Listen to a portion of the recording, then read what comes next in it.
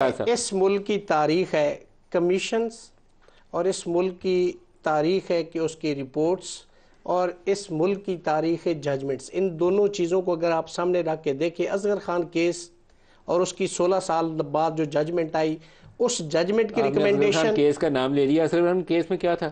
میں وہ جو بینظیر بھٹو والا کیس جس میں پیسے دیے گئے تھے، جنرل اسد درانی نے اور جنرل بیگ نے ایفیڈیوٹ جمع کرائے ہیں، اور جنرل درانی کا جو ایفیڈیوٹ ہے اس کی روشنی میں آئی جے آئی کے اندر جو پارٹیوں میں پیسے تقسیم کیے گئے تھے، نون لیگ اس میں بینیفیشری ہے. میں یہی عرض کر رہا ہوں کہ تاریخ میں بتا رہا ہوں کہ وہ آپ کیس دیکھ لیں، 16 سال بعد ہوا، پھر یہ دھرنا کیس دیکھ لیں، پھر حامد میر کمیشن دیکھ لیں، یہ ساری اور وہ ججمنٹس.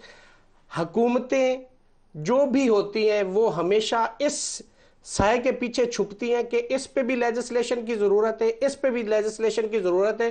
اور بھائی جو ججمنٹس ہیں سپریم کورٹ آف پاکستان کی، وہ تو آرٹیکل 189 جو کانسٹیٹیوشن آف 1973 کا ہے کہ اس کے تحت بائنڈنگ فورس ہے. آپ نے ان کو امپلیمنٹ ہی نہیں کیا. لیکن رضا صاحب، جو سوال میں نے بیرسٹر عقیل صاحب سے پوچھا، میرا تو کنسرن یہ ہے کہ میرا خیال ہے کہ یہ پولیٹیکل لیڈرز کا فیتھ ہی نہیں ہے کہ ججز آزاد ہوں.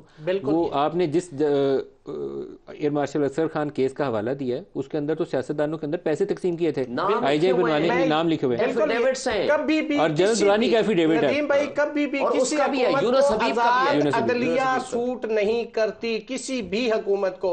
وہ ہمیشہ قانون سازی کیوں کریں گے؟ کیوں چاہیں گے کہ جج آزاد ہو جائیں؟ وہ چونکہ اس سسٹم کے بینیفیشری ہوتی ہیں اور ان کے ستائے ہوئے ایگریوڈ لوگ عدلیہ میں جاتے ہیں اور وہاں سے انصاف مانگتے ہیں. وہ حکومت کے خلاف ججمنٹس آتی ہیں چونکہ ایگزیکٹو ہمیشہ زیادتی کرتی ہے.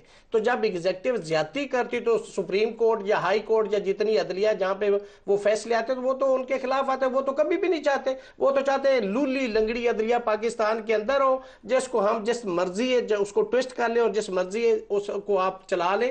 عدلیہ تو کبھی بھی سوٹ نہیں کرتی حکومتوں کو.